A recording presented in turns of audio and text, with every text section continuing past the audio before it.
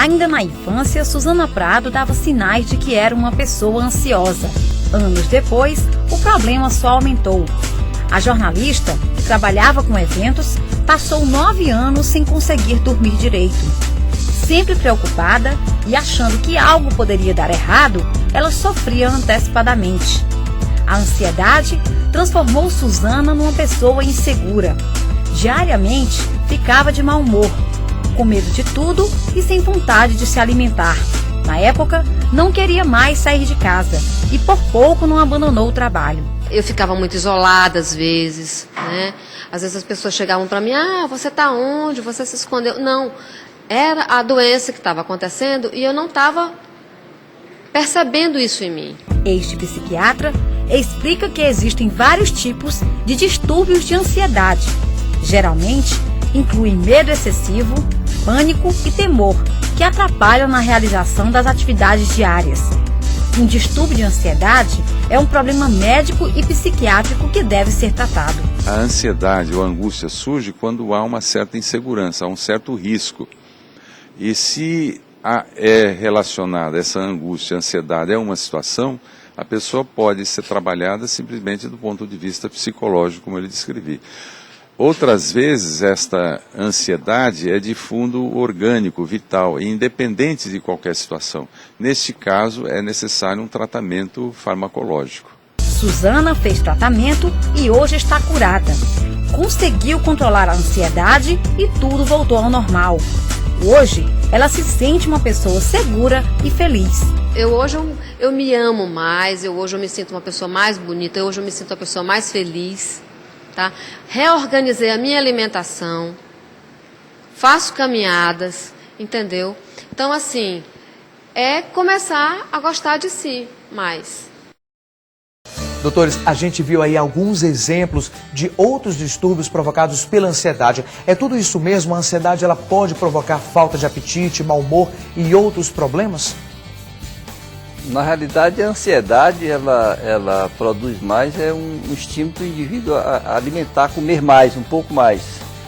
Então a pessoa utiliza realmente o alívio da sua ansiedade, geralmente através do prazer oral, da boca, comer. Por isso que muitas dessas pessoas, às vezes, elas engordam bastante e criam um quadro, inclusive, de obesidade, como foi citado aqui pelo Dr. Marcos. E, de um modo geral, são muito poucas aquelas pacientes que apresentam uma dificuldade de alimentação ou falta de apetite.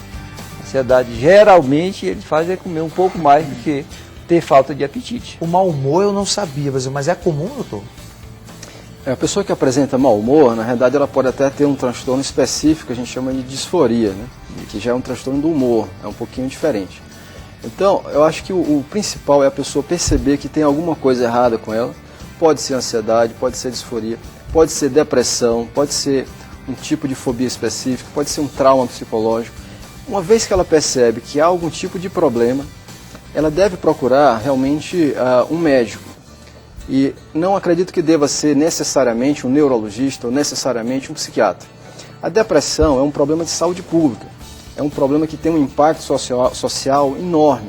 E todo médico, mesmo clínico geral, um cardiologista, um neurologista, um psiquiatra, qualquer médico e até qualquer profissional de outras áreas da saúde, ele deve estar preparado, no mínimo, para receber o paciente, fazer um diagnóstico prévio, pelo menos, e saber orientar esse paciente. E o clínico geral tem que estar perfeitamente preparado para tratar a maioria dos casos de ansiedade, a maioria dos casos de depressão. E aqueles que forem um pouco mais difíceis, um pouco mais complicados, aí é que o clínico, percebendo aquela complexidade maior, ele encaminha para o especialista. O especialista de referência, no caso, é o psiquiatra. Muitas vezes o neurologista pode ajudar também, mas o especialista de referência, após a abordagem do clínico, após a abordagem do neurologista, é o psiquiatra. Oi, amiga. Já tô aqui no restaurante pro encontro, você lembra? Mas eu tô muito nervosa, amiga, eu não sei o que fazer, me ajuda. Tô com dor na barriga, suando frio. O que eu faço, amiga? Olha, depois eu te ligo, tá bom? Tchau.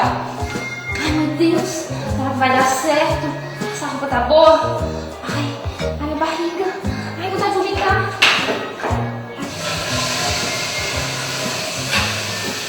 Mas eu tô muito ansioso. Será que ela vai gostar de mim? Será que ela vai me achar bonito? Esse cabelo não tá legal. Eita, de novo. Doutores, enfrentar tudo isso que a gente viu não é fácil, hein? Como é que a gente faz para ajudar nossos personagens? Realmente não é fácil, mas a ansiedade pode ser perfeitamente ajudado com tratamento, com lazer também. Atividade física é uma coisa muito recomendada para as pessoas, fazer a sua atividade física diária, as suas religiões também, a sua fé, são momentos em que a pessoa pode buscar também ajudas, não só no médico, mas também na vida diária, no investimento pessoal, como essas atividades físicas. É muito importante que essa pessoa, o apoio familiar, na estrutura familiar, é muito importante.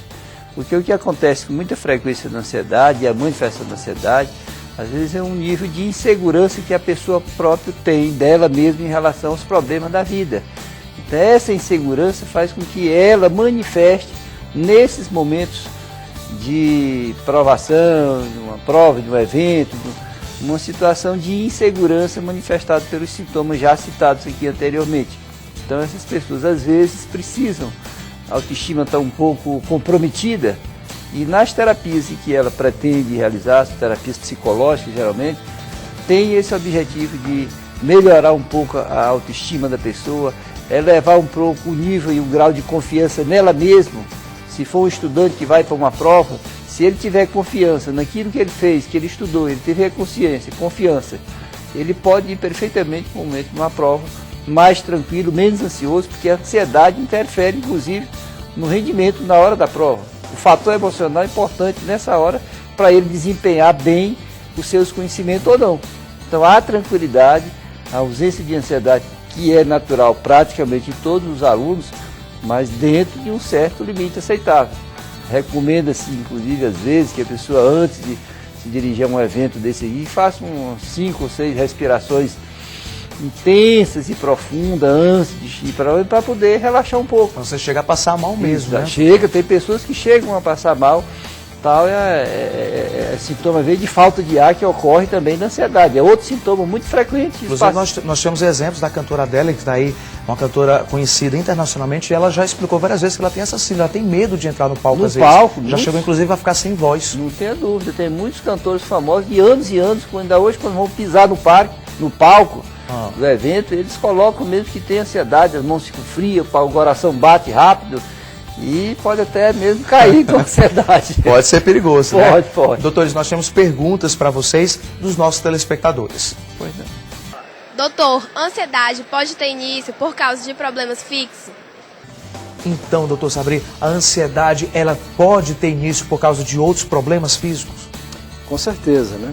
A ansiedade, ela precisa haver, em primeiro lugar, uma estrutura genética que predisponha ao desenvolvimento de ansiedade. Em segundo lugar, uma estrutura psicológica que também predispõe ao desenvolvimento de ansiedade. E uma terceira coisa são as situações que a pessoa passa que são desencadeantes da ansiedade, tá certo? Então, uma estrutura genética, uma estrutura psicológica e os desencadeantes da ansiedade. Muitas vezes um problema que poderia ser facilmente conduzido por uma pessoa, mas se ela tem um componente genético e um componente psicológico, aquele mesmo problema desencadeia ansiedade naquela pessoa e o mesmo problema não desencadeia ansiedade numa outra pessoa, porque a sua estrutura genética e a sua estrutura psicológica é diferente, né? Então, os problemas do dia a dia não são exatamente causa, mas em geral eles são desencadeantes da ansiedade. É preciso ter uma estrutura psicológica e uma estrutura genética predisposta ao desenvolvimento da ansiedade.